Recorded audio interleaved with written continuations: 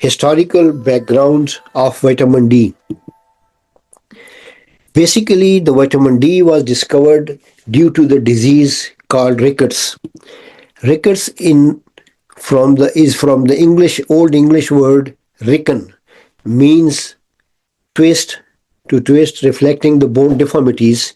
The bills of mortality for London in 1634 were described by the Francis Gilson in 1645. In 17th and 18th century, rickets was increasingly prevalent in northern Europe. Sir Edward Millenby, British biochemist and nutritionist, in 1919 he proposed that the ricket was caused by the absence of some dietary factor. In 1922 he noticed a substance in the cod liver oil that prevented the rickets in dogs. Elmer McCallum, American biochemist known for his work on the influence of diet on health. In 1922, he noticed the substance in the cod liver oil preventing the rickets was not vitamin A but vitamin D. Mellenby, McCallum, Steenbok, and Hart worked independently. Time magazine called him Dr. Vitamin, McCallum as Dr. Vitamin. Adolf Windus, in 1926, the German researchers Adolf Windus identified the production of vitamin D in the skin upon the exposure to ultraviolet B rays from sunshine. In 1928, the Windus won the Nobel Prize in chemistry for his work on the sterol and relationship between the ultraviolet light and vitamin D production. Harry Steenbok, professor of biochemistry from USA, in 1923 he discovered that exposing the food to the ultraviolet light increased their vitamin D content.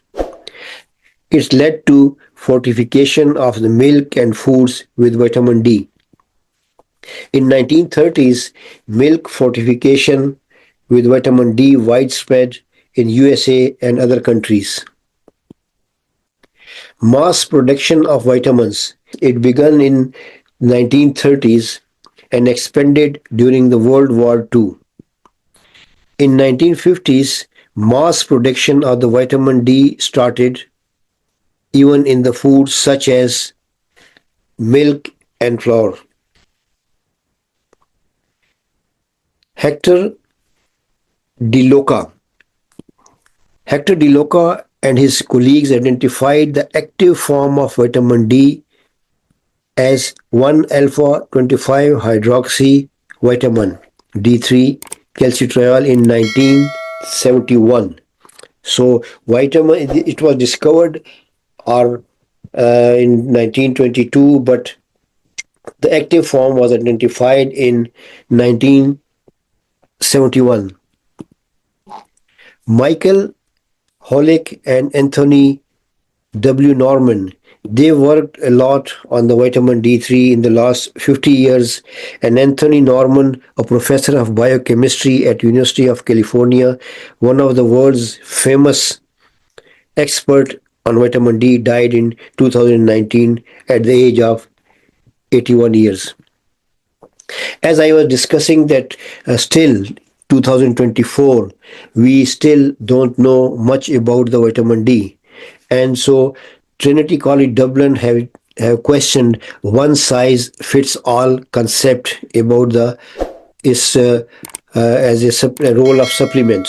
So they have advised that it should be individualized supplementation as genetics, skin type, geographic location, individual baseline vitamin D levels can significantly influence on the required supplementation. Oversupplementation might not benefit everyone equally and could be even harmful in some cases. Cancer, immunity, and microbiome regulation.